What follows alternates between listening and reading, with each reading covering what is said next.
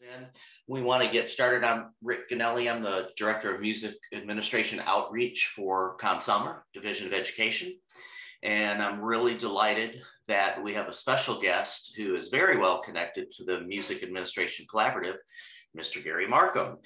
He's our Executive Director of the Music Administration Collaborative, also a very successful band director, fine arts director, judge. He's well known in many, many circles in the music education community. And so I thought we would just pick his brain on all the things he did to develop such a great program in Cobb County, Georgia. So Gary, why don't you tell us just a little bit about yourself and mainly your journey to becoming a music administrator? Well, okay, Rick, I was a band director really for 25 years, and then was a music supervisor after that for another 20. So if you're counting, that's a lot of years. The journey was when I first came out of school, out of college to be a band director, the guy that I replaced became an elementary principal. And I also student taught in that same school district. So I knew him really rather well.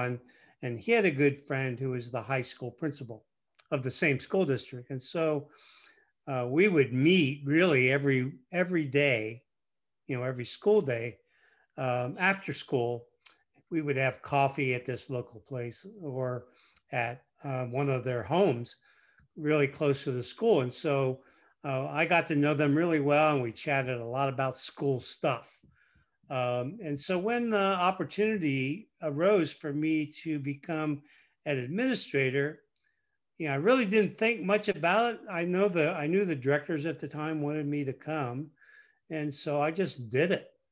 And so my background is basically, I learned a lot from my friends who were administrators at the time, at least in that school district, and how they thought and what they thought about things. And when I became a supervisor, the transition was really pretty easy.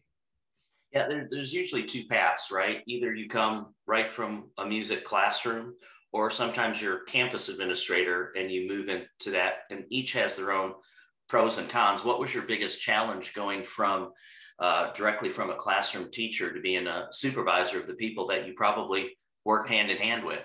Well, there were a couple things. They didn't have a music supervisor before me who was an instrumentalist. And so the information they got, they didn't really get it much because the guy, although he did a good job as an administrator, he was not a band person or an orchestra person. His background was administration and a little bit of choral. And so he really wasn't much of a help. And so the challenge for me was trying to get around to, all the teachers at the time and try to connect and get what they wanted and figure out what they needed and try to provide that for them. And so that was a challenge for sure. And then the other challenge was there wasn't really a lot of help. When I first came to Cobb, there was a band director at each of the schools, and I think one of them had an assistant, and nobody had assistants. And so, my challenge was convincing the school district that they needed help, because some of the band programs were really pretty large, especially the middle schools.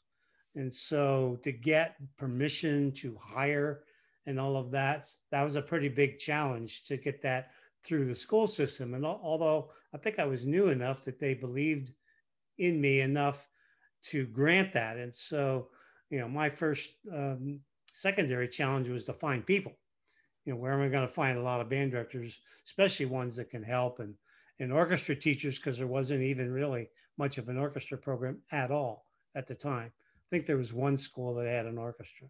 Well, and I was going to get at that. So my knowledge of Cobb County is probably more recent knowledge of all the accolades that they've had and they've earned. So talk a little bit more about what was it like way back then? You kind of started, and then what was it like when you left?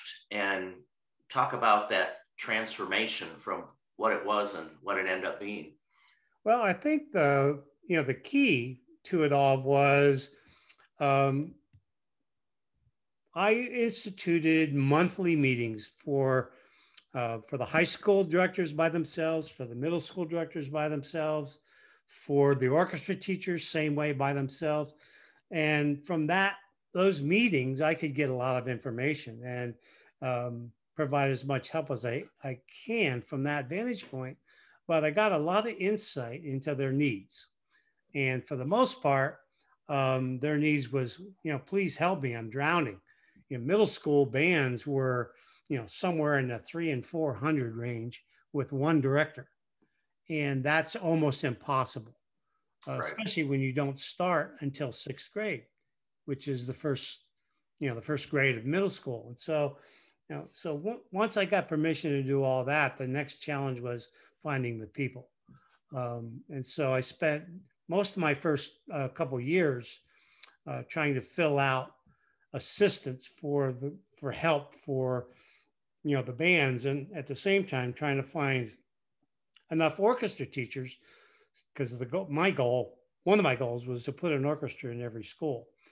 And since none of them had one except one school, that was also a challenge. So it took a few years, but eventually they all got that way, and they fed off of each other, which really helped, especially in the meetings. Of course, if we met with just high school band directors, they had their own set of issues. And so we discussed those kinds of things. Same thing with middle school, same thing with orchestra. And they became closer and closer knit group. And so out of that became a lot of help. And what I tried to institute, generally speaking, in the, with the teachers was, they're going to be better in this together than any one of them is going to be by themselves. And so they came to believe that. And so the help came, they would help each other and those kinds of things. And so that really helped grow their, each individual program. I think that's a great model to use. And if I had to do it all over again as a fine arts director, I think I would have tried to do the same thing, to meet weekly. We always ran into the rehearsal issues and finding a time that everybody could do it, but it obviously paid its dividends for you. I want to encourage our participants. This is a collaboration. The MAC is, and so although Gary's given us a lot of sage advice here, please, if you have a question for him that you'd like to ask, please put it in the chat. We'll try to keep up with it as it's asked, and if we don't, we'll go back and look later. But obviously, Gary's a wealth of knowledge. So if you have a situation that you'd like his advice on, please jump in. So Gary, you helped develop some pretty high profile, nationally recognized programs while you were there. How did you help those programs get to those levels? Well, the one of the main things, of course, was to find them help, good people to be assistants and so on. So that was a big piece of it. But I think even more than that, I wanted to make that group of people in each of the areas, I wanted to make that a community. Like somebody's success, for example, if there was a success in one of the schools, I wanted them to all celebrate that success as their own. And, it took a little while for that to take hold, but once it did, they felt good about each other. They certainly congratulated each other. And it came a time when, they would even share stats. Of course, the socioeconomic makeup of Cobb County is pretty diverse. And so we have schools that are really quite well off and those who are not. And so the well-off schools would share their staffs with those not as well off. And it really became quite of a close-knit community. And they believed in one another and celebrated each other's successes as one of their own. And so that really helped galvanize everybody's, direction. And of course, as each of the programs became successful or had a successful event or whatever, everybody would celebrate that. And then they try to model that And so that was a big part of it was the modeling of others. And when I first went to Cobb, there was really only one program that was fairly successful. Not that they were bad, they weren't really bad, but they didn't do the kinds of things that this one high school did. And so, like I said, that became a model.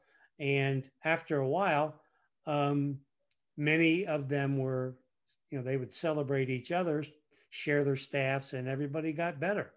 And So, so that was the key, I think. so did you have a sort of a designed curriculum that you sort of expected everybody to adhere to, so that when you said they learned from each other, they fed off of each other, as they saw one school doing something in particular, did they just kind of do it on their own, or did you develop any type of curriculum that sort of not forced, but guided them in that direction? Well, there was sort of a skeletal curriculum there when I came, and I got a committee together and we built that curriculum out a little bit more so it was more user friendly for everybody. Um, but they had a design, and of course the end product is what they were after. And so, as the first few years went on, they became more and more familiar with what they should be doing and not just preparing for the next event. And so that was, kind of a key. And it's, when we had the meetings every month, that was kind of my lecture to them was, look, you've got to do this together. Here's the model you need to follow. And here's the guidelines in the curriculum that will be really helpful.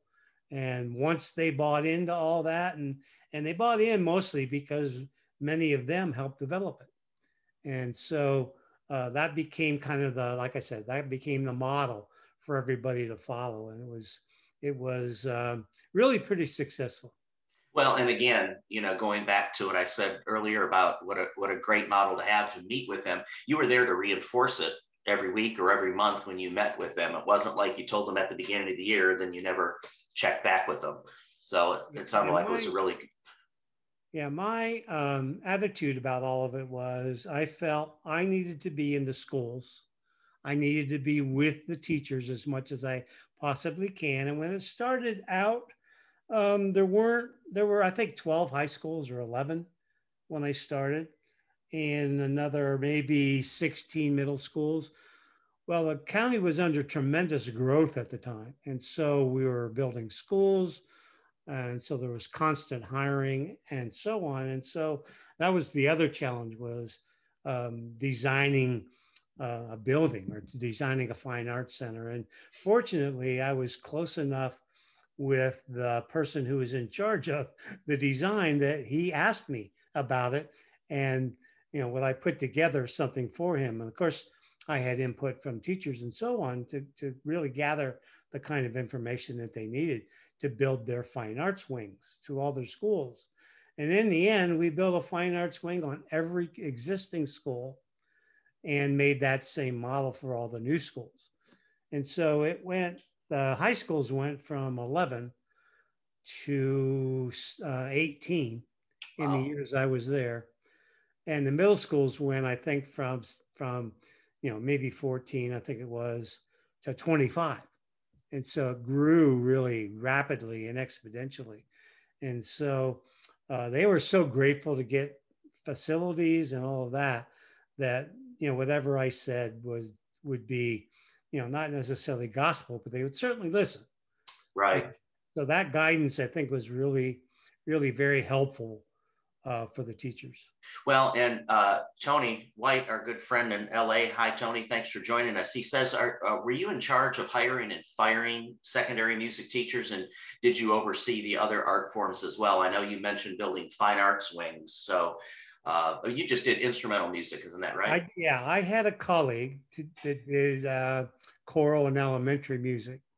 And I think she also did some theater as well. And the two of us worked really pretty much together. But yeah, I had the responsibility to do the hiring. or at least do the recommendation to the principals to do the hiring, which they did, but they depended solely on me and solely on, my colleague to provide them with enough candidates that they could choose, the right candidate. I didn't necessarily want to be the one to make the choice for a particular school, because it was the principal that had to observe them, of course, and also guide them and be their evaluator and so on, because I didn't really do that except informally. And so they did depend upon my advice. Like I would give them, 3 or 4 candidates, any of which could do a good job. And then the principal themselves is the one who made the choice. But I had a lot, I could screen out a lot of people. So, the principals didn't even entertain anybody interviewing unless I had kind of sanctioned them in the first place. So I want to go down that path a little bit more, because one of the more frequent things that we hear across the country, wherever we are, is my upper administration doesn't understand what we do. They don't support what we do. And I'm not talking administrators necessarily, I'm talking directors are telling us this. So how did you work with administrators, and what did you do to get them to buy into adding the additional people and building a room the way you needed it built? And how did you go? That's a tricky thing to do for some people. Well, all of the construction happened kind of centrally. There was a department that did all that. So that wasn't necessarily a school administrator's responsibility, although they oversaw a lot of that and they had some control of some of the budget. But the real key was, when I first came to Cobb, I decided I need to get next to the administrators, particularly the school administrators. And so I would attend every football game. I'd stand down on the track with the principal and talk stuff with them, talk about the team, talk about whatever was the principal's pleasure at the time. So I wanted to become friends with them, so they, in the end, would trust me in what I had to say about things. And it really kind of worked. But there was a lot of time on standing on the track with administrators during football games. And so I did a lot of that, but it all paid off at the end. If I would become, trusted by them, then a lot of doors open because of that. And many of those high school principals particularly became central office administrators, in my first few years. One of them actually became the deputy superintendent. And so what I tried to do with them while I was, talking with them on the track, so to speak, was to find out, well, what are their needs and how can I solve their problems? And at the time, we had some problematic band directors. And by problematic, I mean they would sick their parents on the principal or whatever they felt they needed, because they didn't really have anybody else to speak for them. And so I promised the principals I'd take all that out of their hands and they would not have to deal with that. And so that was a plus. And I did the same thing for the directors. I said, look, you let me handle the issues. You just come to me and tell me what they are and let me deal with it with your, school administrator or with the upper level administrator, if that's the case. And so they did, and they did end up trusting me, and it really worked out pretty well. Because in a lot of cases, I could take the problem children out of their hands, because they just didn't want to deal with the band parents. And if I could convince the band directors to not sick their parents on the administrators, that was a great help. And so that's kind of how it started. And I became, I think, more and more trusted as time went on. To take care of those sort of things. And if I got, the parents and the directors out of their hair, they were happy campers. Well, and that all comes down to that word that we all say is most important. It's relationships. Yep. And it sounded like that was a natural progression for you, getting to know them at the campus level. And then as they moved up into administration, then you also had, the benefit of knowing them for years before that. So Sounds like it worked out great. The cool thing for me really was the fact that my friends were administrators when I first came out of school. And so every conversation sort of centered around their problems and how did they solve them. And so I got the benefit of their knowledge about solving problems, which, when I became an administrator myself, especially in the central office, I had kind of had a second nature about how to solve them. And I also had a insight into what the problems were for building level administrators and how I could help, like I said, get the parents out of their hands. I mean, I met with parents, I met with booster clubs, I met with all the people and tried to, get them to go, look, trust me, let me try to solve these issues for you so you're not bugging the principal all the time. Right. And that was a big help. They, I think the principals, they didn't necessarily tell me, but I got the sense that they certainly appreciated not having to deal with band parents. Did you ever have a situation, which I'm sure we all have had at some point, where an administrator was just so stuck in their ways and they refused to sort of go along with your recommendation? How would you handle that? What would your suggestions be for handling a situation like that? Well, quite honestly, I really didn't have much of that. And I think it was because since I was friends with the deputy superintendent, That helps. and, and by friends, when I came, the deputy superintendent was the high school principal at Lassiter High School. And, I took Alfred Watkins off his back and, got him to calm down. And when he became deputy, my friendship with him really went a long way because a lot of the other administrators knew that was, a friendship or a bond that they didn't need to fool around with much. And so I didn't get many issues with, obstinate principals, quite honestly, which I think was a good thing.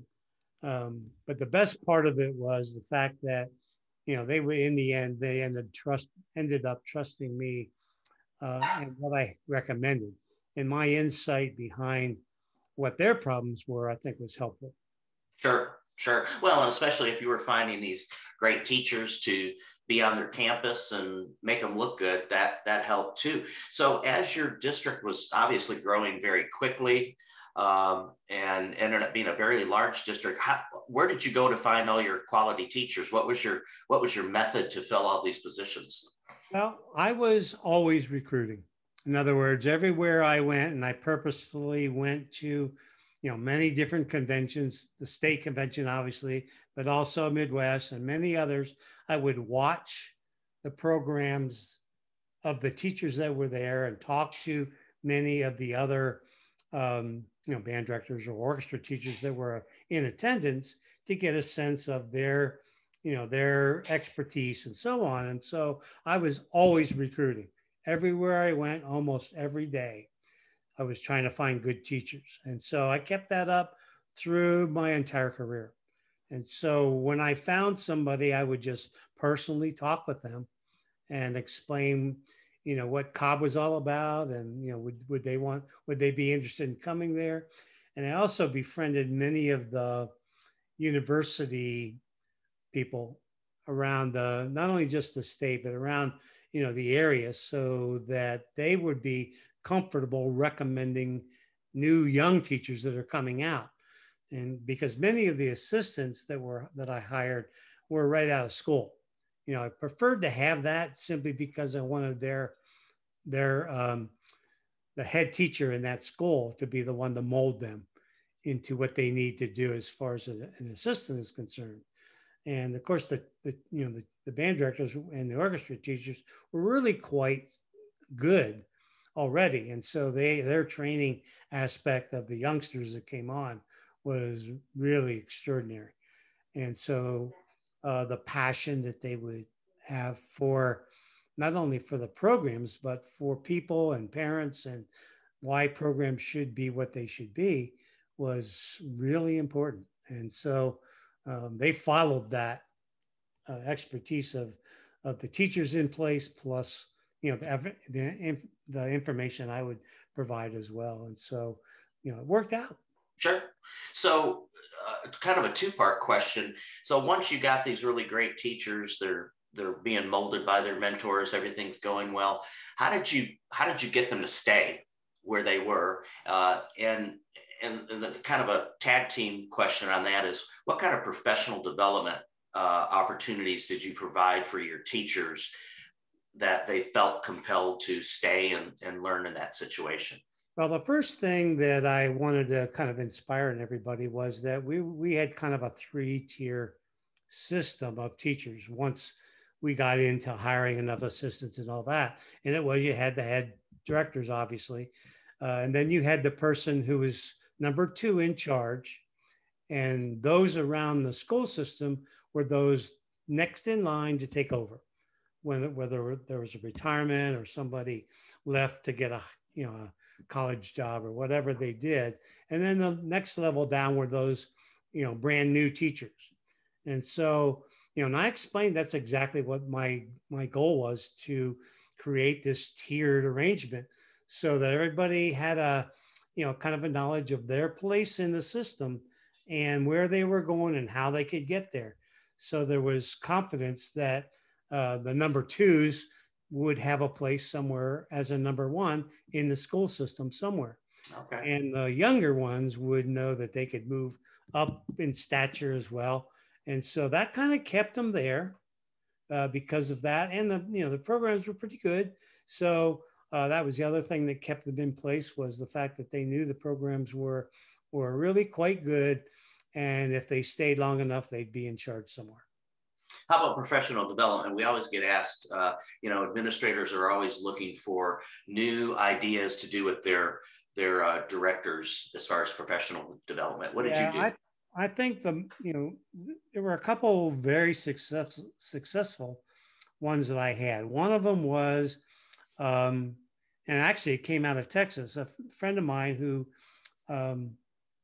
taught at Sam Houston, put together this group of individuals, one for every instrument.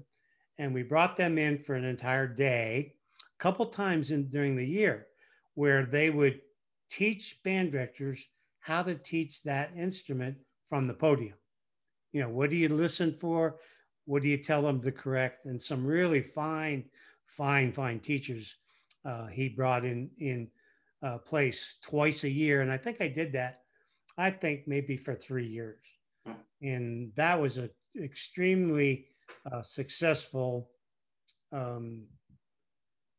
in-service that I had for the teachers. They loved that because in there, they could teach individual instruments, especially if they knew the instrument. But to do it from the podium and to know what to tell them, how to fix this problem or that problem, you didn't really learn that in school. So these folks brought that expertise with them. And the teachers, or the band directors and orchestra teachers, extremely appreciated the fact that they had someone that could tell them, here's what you say, here's what you listen for, here's what you look for, and here's how to make it work. And so that was tremendously successful. I think the other one that I did is I used to have panels of our own teachers do the in-service, because they knew the inside track of each of the schools. And so I would pick 3 or 4 to be on a panel, and the other teachers could ask them any question they wanted. And here, how'd you do this, or how'd you do that? And they were pretty diverse band directors. I mean, diverse in terms of the schools that they taught at socioeconomically. And so there was a mix of all that. And so that became a really very successful in-service. And the other teachers loved that they could ask their peers, well, how'd you fix that problem? Because they knew the program and they knew the challenges. And so the people on that panel would explain how they fixed it, or how they, managed to make the problem better. Right. And so that was a really good one. Did that several times. And it was cheaper. Yeah. Their own people. Right, right. That's always important, right? So I hope everybody out there is taking some good notes because, man, here's some great ideas that you're getting. So, Gary, for people that are, they look and they say, I want to be a music administrator someday. What kind of advice would you give them maybe coming out of the classroom to get ready if there's such a thing to be a music administrator? Yeah, I don't know if there's a plan necessarily, but what I would say is that you need to put yourself into the shoes of the administrators you know. Talk to them, meet with them, find out what their challenges are, how they met those challenges, so that you have some insight into their thought process. And if you really want to be not only successful, but if you want to be an administrator at all, that interest alone in your own school district could certainly help. And so I think that's probably the best way. Get to know some administrators and figure out how they think and what Yeah, they do to solve issues. That's kind of how I did it. Um, and I think that's probably useful for anybody who's aspires to be an administrator. sure. Yeah, again, really, really great advice. So, from the time you retired to now, you still stayed very, very busy. So tell us about your relationship, your affiliation with Con Summer, and specifically how you started the Music Administration Collaborative, which has been so successful. Well, first of all, I should say that when I decided to retire, I was scared to death because I had no idea what I was going to do. But fortunately, um, Tim Lotzenheiser and I had a meeting at one of the Conn-Selmer Institutes way back, when it was still at Notre Dame, and we had a conversation about what would be helpful for administrators. And at the time, I remember thinking, I don't know of anywhere in the country where there is a mechanism for music administrators to learn how to do the job. There was some information, obviously, in the administrators aspect of NAFME, but even that was more targeted toward making policy and those kinds of things rather than the nitty gritty of what do you do day to day. And so when Tim and I talked about this, my goal, I think, was to find something, a loosely organized collaborative where folks could come, we could talk about how to help your teachers. What do you need to learn? What do you need? What do you need to know and how are you going to go about it? And so that's how the collaborative actually started. We never wanted it to be some kind of a membership thing that people needed to belong to because there's enough of them anyway. This was a loosely organized collaborative where music administrators or fine arts administrators could come together and discuss problems. And that's how it started. And that's really pretty much what we've done with it ever since. It's a place where we bring people together, we share with each other. So there's a lot of facilitation about talking about issues, how we solve them amongst the administrators who would attend. And that was really very helpful for everybody. And the great thing is that there's a wide span of people across the country and in Canada that join us. We have somebody from the Virgin Islands, and so that's really the great concept too. It can be anybody, and I want to say again, you don't have to be an official music administrator. You don't have to have that title to join us on these sessions. If you're interested in music administration, or maybe you're a head director, but you also have the responsibility of overseeing the other schools in your district, yeah, you're always welcome to join us. And please make sure that your other friends that are in those same situations know that they are certainly welcome too. Yeah, I think Tim will attest to this, and of course I do as well. When we have collaborative meetings, it's very, very interactive amongst the attendees because that's a wealth of knowledge sitting in one room. And when we would come to Conn-Selmer, for example, there was the university would have this room set aside where we were by ourselves in a real comfortable big room where everybody could be seated, and we were generally seated in a, kind of a round table sort of arrangement. And so the discussions became very lively and really very informative, because the experience in the room is vast. The situations that everybody has is very diverse. And so there was something that every single person could add value to that collaborative, and everybody got value out of what everybody else had to say. And so they were very, very informative, to say the least. And so, they've pretty much been that ever since. I love the fact that we had the one, where do we go? Ball State, right? Or I'll say, yeah.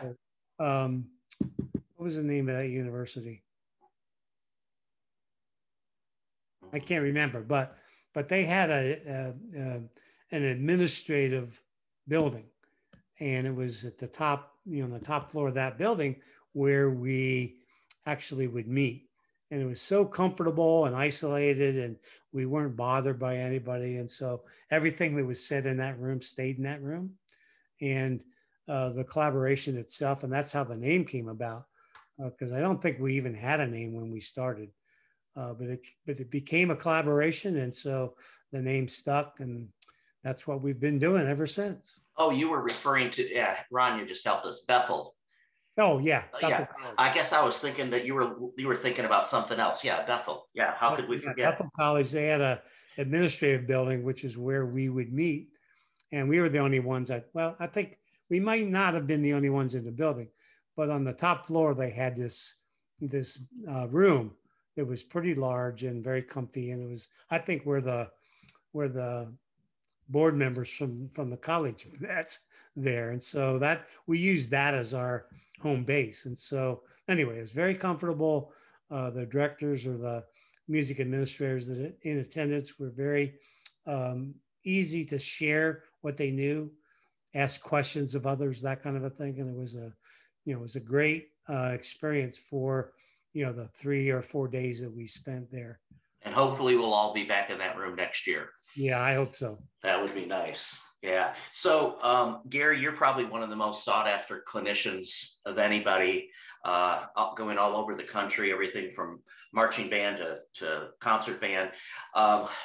Thinking back about the pandemic and everything that you've seen, and you've talked to lots of people, what's the one thing that you've seen in the programs that really have managed to maintain a forward movement? They just didn't collapse under the pandemic. What are some of the things that you saw that directors were doing to keep it going? Yeah, I can kind of put it almost in one word, and that's flexibility. They were very flexible in their ability to adapt to the kinds of restrictions that each area would have, as far as safety is concerned, as far as the COVID part is the threat of the virus. And so the flexibility of being able to operate in a place where they could spread out or whatever is necessary to do. I visited a school last week, and they were all very into making sure students were protected. And I noticed that they developed even a clear plastic piece that went on flutes. They fit on the flute so that there was a barrier between the folks who play the flute and everybody that's around them. And I thought that was pretty ingenious. In fact, I asked one of the players, I said, well, where did you get that? Did you buy it somewhere? And they said, no, we made this out of plastic. So you do what you have to do. And, that flexibility, I think, is just really what makes programs successful. What do you have to do to survive? And whether that's, like I have a friend right now who's teaching orchestra in this area, and he has in-person folks during his orchestra class He has folks that are doing something in terms of the, video part of it, and people who are just observing the class in a, kind of a Zoom setting. And so there's, 3 or 4 different ways they're teaching in one class. And so that flexibility, and I really admire him because he figured it out. They are, doing some virtual stuff. They're doing some stuff in, in actual class where they see kids. Some kids are just observing from home, maybe participating, maybe not. But that flexibility is really the key, I think, to everybody who's been successful during this time. Yeah, and I think you answered my last question, and that was, as we look forward to getting more and more back to in-person instruction, what would your recommendation be? I would think it would be the same thing, be flexible. I know I had conversations with folks early on back in March and April, and I said, I know you don't want to hear this, but your principals aren't really concerned about how your band is going to work right now. They don't even know how they're going to get kids on a bus and get them to school safely. So I really agree with what you say. You've got to be flexible. You've got to go with the flow. And speaking of Tim, Dr. Tim Lotzenheiser, he even tells a story about somebody who went to their principal and said, I can't do this. I can't make this work. I can't make that work. And so the next day she got called in and she was completely pulled out of her band classes, and she was in some non-music classroom, because she refused to comply and be flexible with the situation. So yeah, it's flexibility, it's creativity, it's figuring out how to solve problems, and I think that's the key is how do you, if you've got a social distance in a rehearsal, how do you do that? Well, you figure it out. And in some cases, if it's a big program, you may have to divide it up into several groups to make it happen and have several classes, as long as you can keep them socially distanced and so on. And that's really the key. I think it's creativity and flexibility. Yeah, we said, if we had given this whole COVID vaccine thing to band directors, or especially band moms to organize, I mean, everybody would have their shot already. They would have a reminder on their phone and a juice box to go along with their second shot. You bet. So I don't want to leave. We got about 15 more minutes, and we probably won't take that long. But I don't want to leave without answering this one question. Sean is asking. He said he's a music department chair, not an official administrator, which is certainly fine. Do you have suggestions to encourage or motivate a teacher that's resistant to change to adopt more successful models? There are always reasons given for their struggles outside of their control. Some of these are valid, but I think there's a resistance to adopt models that would be more likely more successful. So talking about a teacher who just doesn't want to do what you think they should be doing. Yeah, I think that's a one-on-one conversation. I think it's a matter of getting with the teacher, talking with them, finding out really what the issue is, why are they resisting? And sometimes we don't know the exact reason. And if you can get past that and get them comfortable with whatever the change is, I think that's the way to go. You're not going to be able to force the change anyway. But I think one-on-one is the way to go. I know that that's how I approach those kinds of teachers. I would meet with them, even if it was somewhere, at a local pub or whatever, and just talk about stuff and have them have me earn their trust and have them be able to get comfortable with whatever the change is going to be.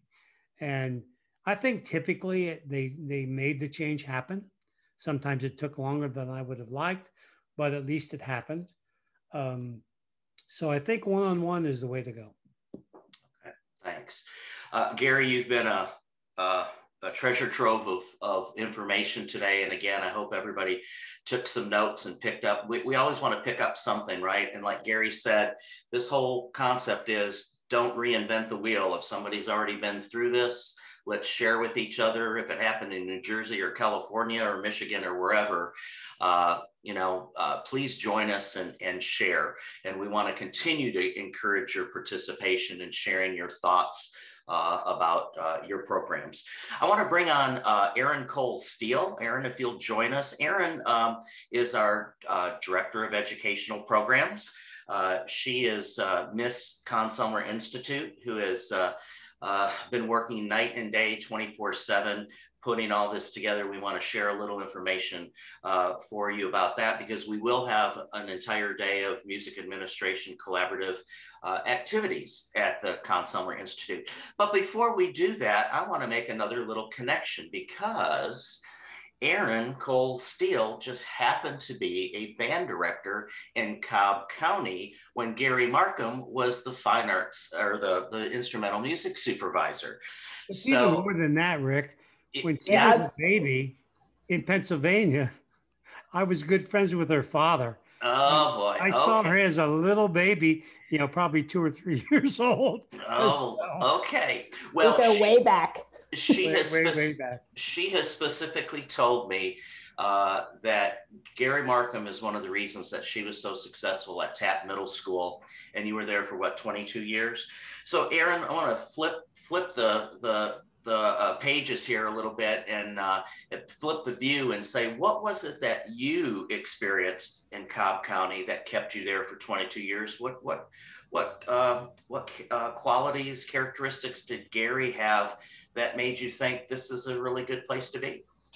Yeah, I was incredibly grateful to teach in Cobb County. You know, even though Gary knew me for all those years, he took a risk at hiring somebody straight out of college to teach in what I call utopia, because it really was, but it was utopia because of Gary, you know.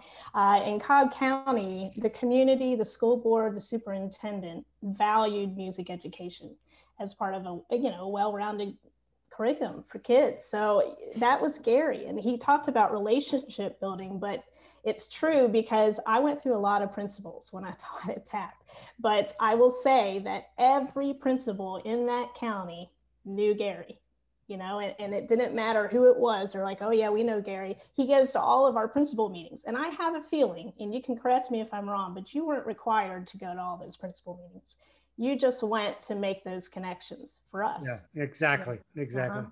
I knew that. And, you know, one thing Gary didn't talk about, and I think it's a critical piece to why we were all so successful when he was there, is that he made sure our budget was intact every single year. Even those times where it got a little rough and there were cuts happening everywhere else in the county, we never saw a change in our budget. We never saw a change in our allotments. And, you know, I can say this as I taught at a school, he was referring to a very large middle school. I mean, the largest we ever were, we were between 500 and 600 kids, you know, and Gary always made sure I had the support I needed to be successful. And I didn't teach in one of the areas that was affluent. I taught in a Title I school, and I can speak for anyone in our county to say that it didn't matter where you taught, you had the same support and resources.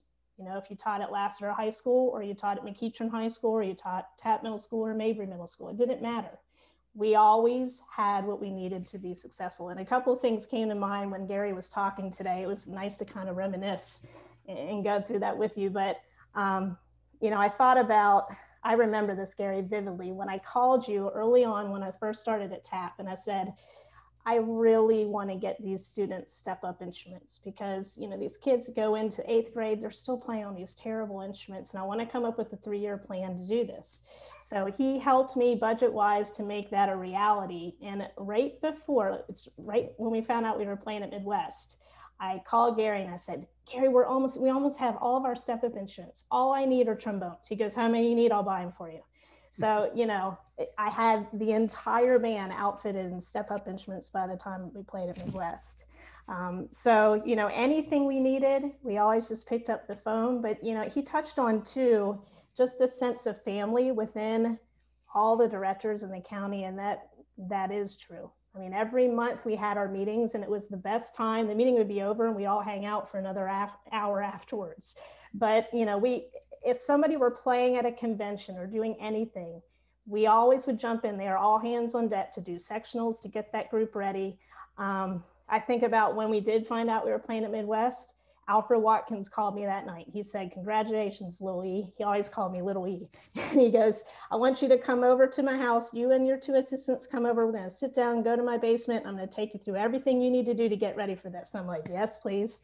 And I still to this day have the big notebook from Alfred that he gave me. He said, "These are all the things you got to do to be ready." So that was the case all the time, right, Gary? No matter. Yeah, and we even had our own gang sign. Yeah, so this, if you ever see us do this, that's the Cobb County thing. But you know, it was camaraderie. Yeah. All the time. And it very easily could have been competitive. I mean, you think about that county, there were so many great programs, band and orchestra alike, and it could have been this and competing against each other, but it was quite the opposite. So it was a special place, and it was a special place because of Gary. Thanks for sharing that, Erin. That was not a paid commercial, by the way. I just decided yesterday when she said she was going to come on and talk about Count Summer Institute, I went, oh, let's kind of surprise Gary and put him on the spot a little bit. So thank you for sharing all that. So tell us about Count Summer Institute. Oh, yeah. Okay. I'm going to share my screen here real quick. So we are super excited. We opened registration last week. June 14th through the 17th is going to be our annual Count Summer Institute Connect. We'll be online again. And we have been working incredibly hard to make sure we are providing something for you that's different and fresh, keeping you engaged. Our tracks will still include band, strings, new teacher collegiate, of course, music administration. But this year we have a whole day dedicated the Thursday of the week to marching arts for both competitive and show band. We have student leadership for students and a free evening parent booster workshop. So it's going to be, you know, a lot of new things. We have, the faculty is just unbelievable. We have over 80 presenters. I mean, an all-star faculty list. I'll name a few, but our senior faculty, who you all know, Dr. Paula Kreider, Richard Saucedo, Tim Lautenheiser, Frank Troika, but then we'll have some other people, Amanda Drinkwater, Alfred Watkins, Tony Garcia, Robert Herrings. I can go on. But if you'll just go to consummerinstitute.com, you'll be able to see the entire faculty there as well as the schedule. We're going to be having over 90 live sessions, all new and interesting things, relevant. There's a whole day dedicated to the new teaching landscape. So it's all relevant topics to the 2021-2022 school year. Each night we're going to have a concert. One night's Canadian Brass. We have the Blue Devils lined up, the Hunter Tones. We have one more concert announcement coming. We have interviews with icons. Ray Kramer is one of those, Julie Giroux. So you'll see on the bottom of the slide here, you guys get a discount code for 20% off, which is CSI MAC 20. And I think Ryan is going to drop that in the chat as well. And obviously, we have our fabulous music administration collaborative track that's going to be happening on Tuesday. And Rick and Gary have lined up an incredible group of panelists for that. Rick, you want to talk about that a little bit? Yeah, sure. We have a mixture of things that we're just going to do on our own and some things that we're going to overlap with some other groups. So that'll be good for everybody to do that. We have Dr. Nola Jones, who was with us at Count Summer, who has retired from her job with us, but she agreed to do a panel discussion with 2 school districts about kind of some of the things they learned through the pandemic. So that's going to be a really interesting topic. We're bringing back Dr. Joe Clark and Kelly Klein, who did a First Wednesdays with us a couple of months ago. With all the new funding coming out and being a much more time-sensitive thing right now, we're going to have them sort of do a repeat performance of what they did about how to access those funds, sort of the nuts and bolts of what you might need to do in your district. Plus, they're going to take a little bit of a deeper dive into what a needs assessment might look like. So again, if you don't need to see the first part, you can jump on for the second part, but we'll be doing that as well. Dr. Scott Edgar, who is our social emotional learning guru has agreed to come on with us again. And I specifically asked him to talk about how music administrators can support teachers with SEL through their professional development. So it'll be a little bit different take than what we've seen from him before. And then we'll just have some, Carrie and I will have some discussions with everybody about where do you want to see this going in the future? And then Julie Giroux will be, she's one of the crossover things that we'll do along with Tim. But it's going to be a great day filled with great information. And I want to talk to you quickly about next month's first Wednesday. Unfortunately, the speaker that we had lined up was in an accident, and so he is not going to be able to join us. And I'm still working on putting something together. I can assure you, it's going to be another great person who you're going to want to see. But go ahead and join us, and we'll try to have that information out hopefully within the next week once we get everything settled. So yeah, any further questions? Rania, why don't you jump on and let us see your beautiful face so that she's always our background in case we get into any trouble and dropping all the fun stuff into the chat for you. So any other questions from anybody for Gary or any of us?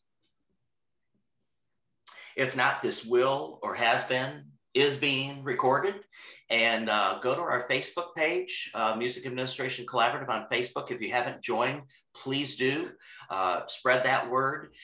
We are no longer on LinkedIn, or we're going to shut the LinkedIn link down, but we're migrating over to Facebook. So go there for us if you would, and we'll have the link to this recording on there hopefully tomorrow. Erin, is that possible? Do you know? We can do that as soon as tomorrow. So, yeah. Okay, next couple days for sure. Okay, Gary, thank you so much for my pleasure. Imparting your wisdom. I always knew you were smart, but now I really understand. It's inspiring people like Erin. Yeah. Well, good. Thanks, everybody. Have a great rest of the week.